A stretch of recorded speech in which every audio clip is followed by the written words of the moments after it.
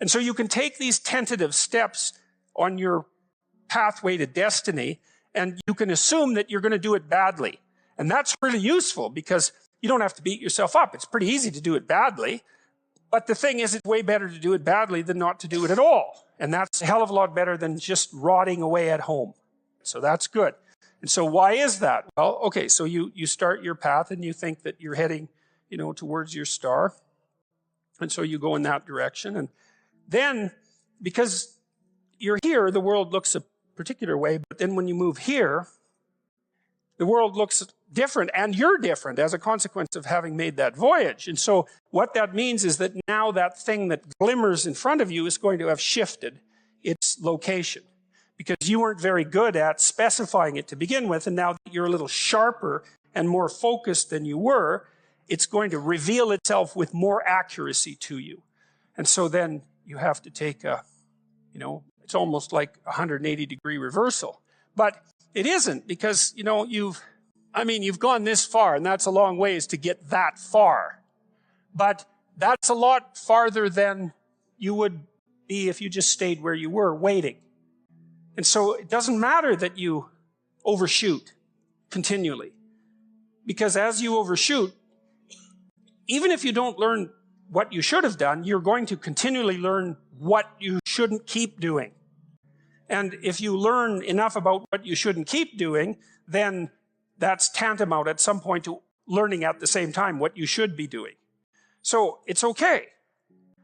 Now, what's cool about it, though, I think, is that as you progress, the degree of overshooting starts to decline, right? There's nothing hypothetical about that. As you learn a new skill, even to play a song on the piano, for example, you overshoot madly. You're making all sorts of mistakes to begin with, and then the mistakes, they disappear. There's a great TED Talk, I think it was, about this guy set up a really advanced computational recording system in his home and recorded every single utterance his young child made while learning to speak. And then he put together the child's attempts to say certain phonemes and put them in a list, and you can hear the child deviating madly to begin with, and then after hundreds and hundreds of repetitions, just zeroing right in on the exact phoneme.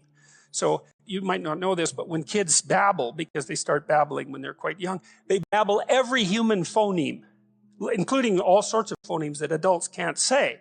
And then they die into their language, so that after they learn, say, English, then there's all sorts of phonemes they can no longer hear or pronounce. But to begin with, it's all there, which is really quite interesting. But as they learn a particular language, they zero in on the proper way to pronounce that, and their errors minimize. And every time you learn something, that's how it is. And that's really useful to know, too, because it means that it's okay to wander around stupidly before you fix your destination.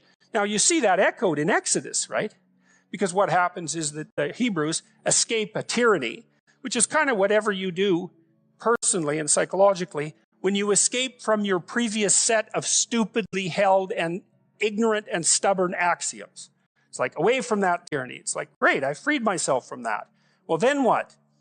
Well, you think, well, now I'm on the way. It's, no, you're not. Now you're in the desert, where you wander around stupidly, and worship the wrong things until you finally organize yourself morally again and head in the proper direction. So that's worth knowing, too, because you think, well, I got rid of a lot of things, baggage, excess baggage that I didn't need in my life, and now everything's okay. It's like, no, it's not. You've got rid of a whole set of scaffolds that were keeping you in place, even though they were pathological. Now you have nothing, and nothing actually turns out to be better than something pathological, but you're still stuck with the problem of nothing.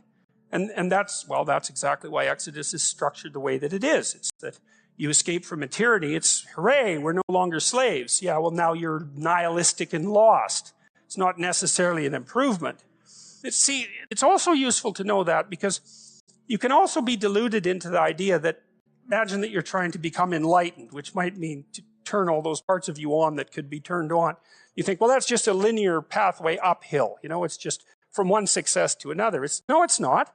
It's like, here you are, and you're not doing too badly, and the first step is a complete bloody catastrophe. It's worse. And then maybe you can pull yourself together, and you hit a new plateau, and then that crumbles and shakes, and bang, it's worse again. And so Because part of the reason that people don't become enlightened is because it's punctuated by intermittent deserts, essentially, by intermittent catastrophes. And if you don't know that, well, then you're basically screwed, because you go ahead on your movement forward and you collapse and you think, well, that didn't work, I collapsed. It's like, no, that's par for the course. It's not indication that you failed, it's just indication that it's really hard.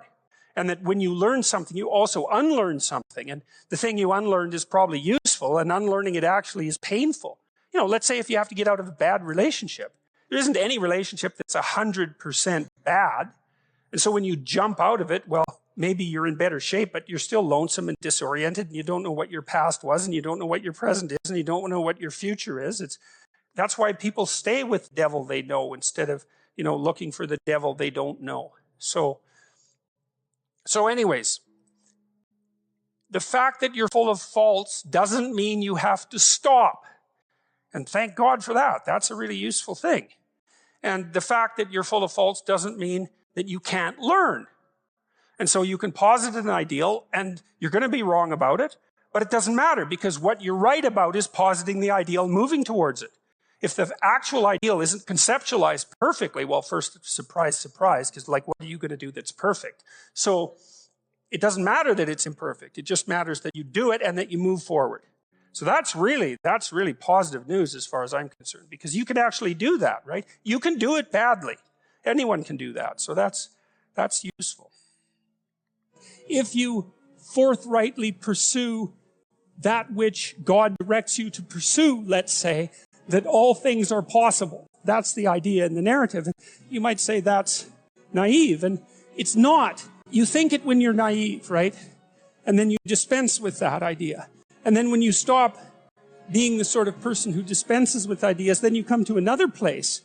And that's the place where you think you have no idea what might be possible for you if you got things together and pursued what you should pursue.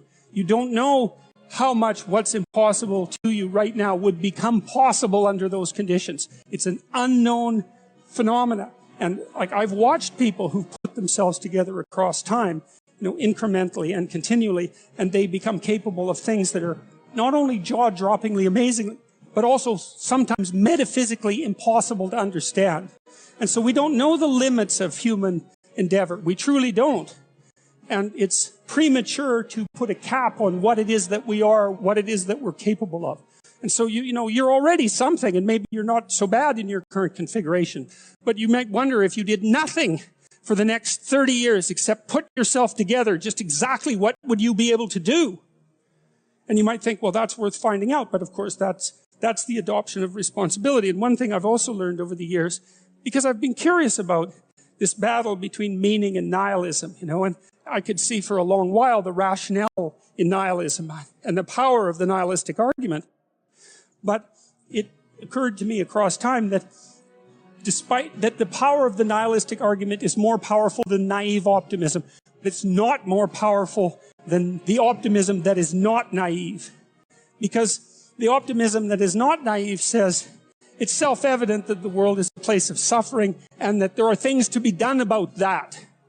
And it's self-evident that people are flawed and that there's things to be done about that. And then the non-naive optimist says the suffering could be reduced and the insufficiency could be overcome if people oriented themselves properly and did what they were capable of doing. And I do not believe that that's deniable. I think that human potential is virtually limitless, and that there's nothing, perhaps, that's beyond our grasp if we're careful as individuals and as a society. And so I think that there's no reason for nihilism, and there's no reason for hopelessness, and there's no reason to bow down before evil, because we're capable of so much more. And I think you know that first, because you're not happy with who you are, and you're ashamed and embarrassed about it, as you should be. And you know it because if you look out there, you see people who are capable of doing great things, and you know that we're not giving it our all. And still we're not doing so badly, you know? And so you might wonder, if we devoted 90% of our effort to putting things right instead of 55% of our effort, or maybe even less than that, you might wonder just how well could things be put together. And I think that you can figure that out by starting with your room, by the way.